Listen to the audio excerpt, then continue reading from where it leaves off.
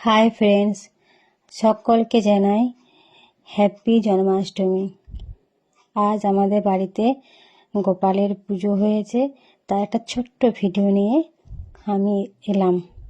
যদি ভালো লাগে অবশ্যই ভিডিওটা লাইক, কমেন্ট, শেয়ার করবেন।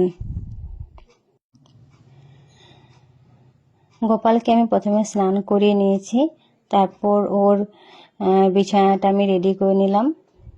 আজ যেহেতু গোপালের জন্মদিন, তাই আজকে গোপালকে সমস্ত নতুন বস্ত্র দিয়ে ওর বিছানা সাজিয়ে দিলাম।